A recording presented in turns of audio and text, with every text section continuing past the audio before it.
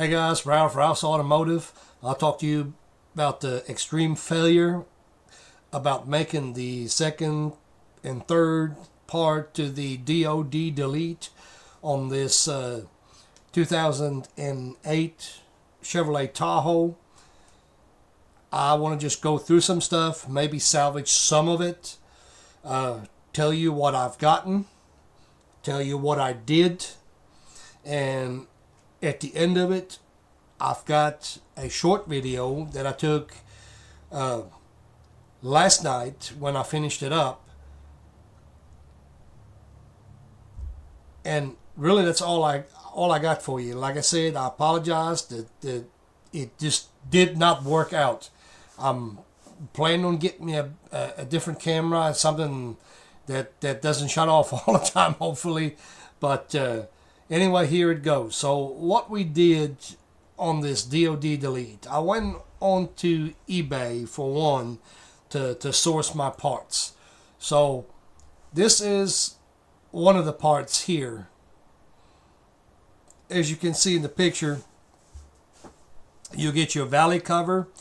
We've got the lifters. We've got the lifter guides. So all that will be your actual parts to delete what's in there right now.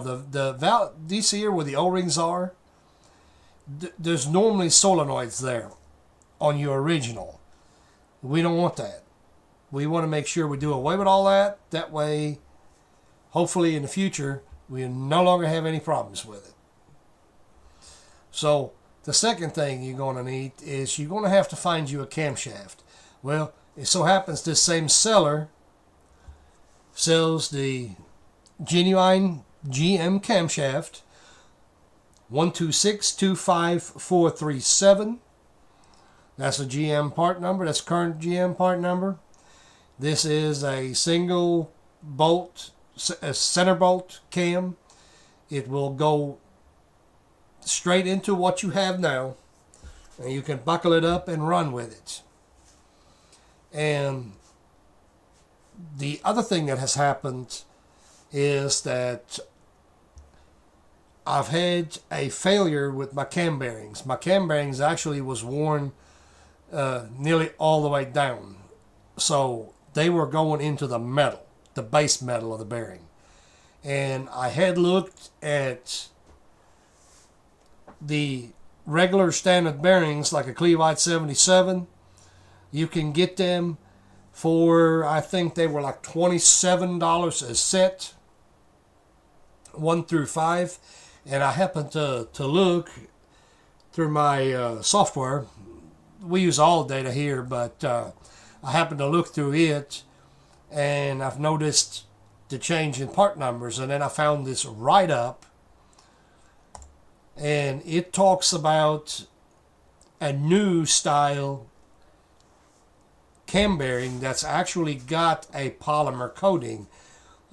Once again, if you want to see, this is what the regular old Babbitt bearing looks like. You know, they're silver gray in appearance. That is actually the way they look. And these are your current numbers. If you have anything to early 2009, and then you go down the line, late 2009 and present, it would be these numbers here. And what they're telling you here, guys, is I'm just going to use this one here since that's the one that I bought. This is the number or numbers that I ordered. And this means that position 1 and 5, all that means is from the front of the block to the back of the block, you have 5 different bearings, or not 5 different bearings, but you have 3 different bearings.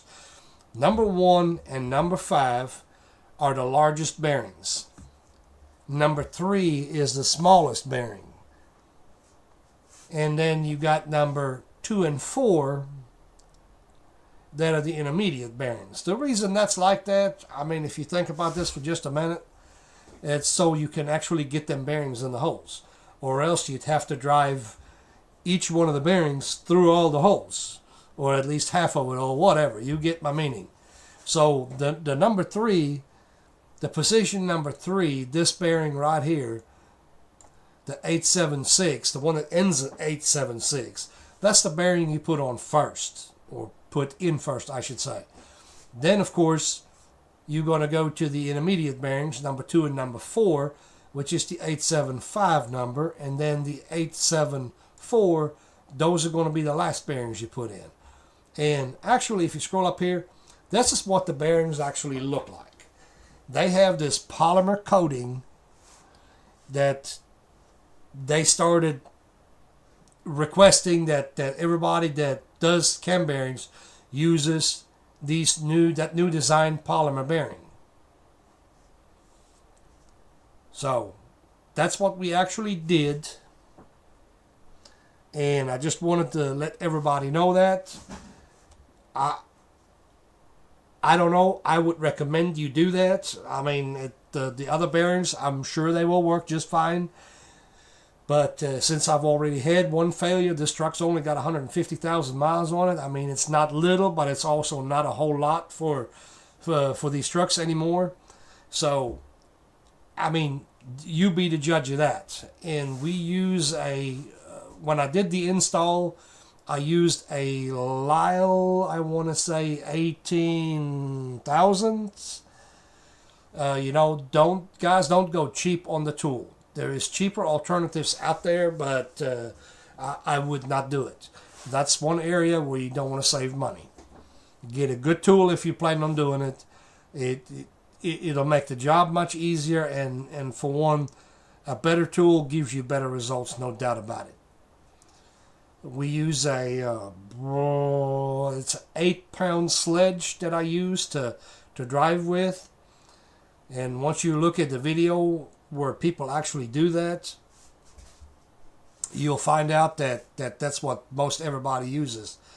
I wouldn't, you don't want to drive too much. You want to give it good taps, because the more you hit on that bearing, the more you roll that edge, and the more of a chance you take to bend that bearing or twist the bearing. You don't want to do that, as at the end, that cam's got to go in the hole, and it's got to spin freely.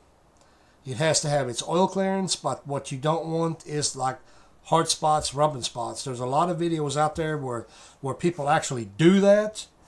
They put them in, and they shove the cam in there, and what do you know? They try to roll that cam, and it has spots where the cam just hangs. You don't want that. It has to be smooth. If you don't get it smooth, it means do it again. So I'm going to stop right here. I think I've said everything that I need to say. I'll show you the outcome. Basically, the end here that I filmed yesterday. Once again, guys, I'm sorry them videos did not work out. This would have been a wonderful series of videos for somebody, but didn't work out that way. And I hope that in the future, get a better camera. I get to make more of those videos and hopefully film the whole thing. Yeah, one more thing. I've forgotten to mention this. These new style bearings from GM, they are rather pricey, so don't be surprised if you find them bearings are going to be somewhere in the 160, 70, or maybe even a little bit more dollar range. Hey guys, Ralph's Automotive. I apologize about the video. I couldn't do it. This phone was giving me problems. I ran out of time. Couldn't do the video. But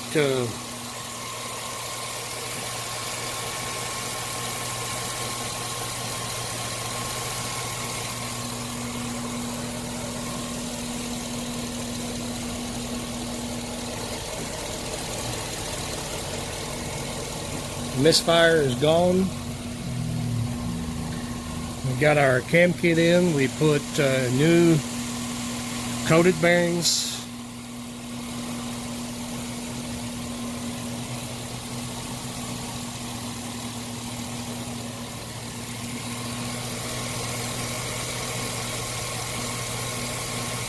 Engine seems to be running real smooth, no vibration.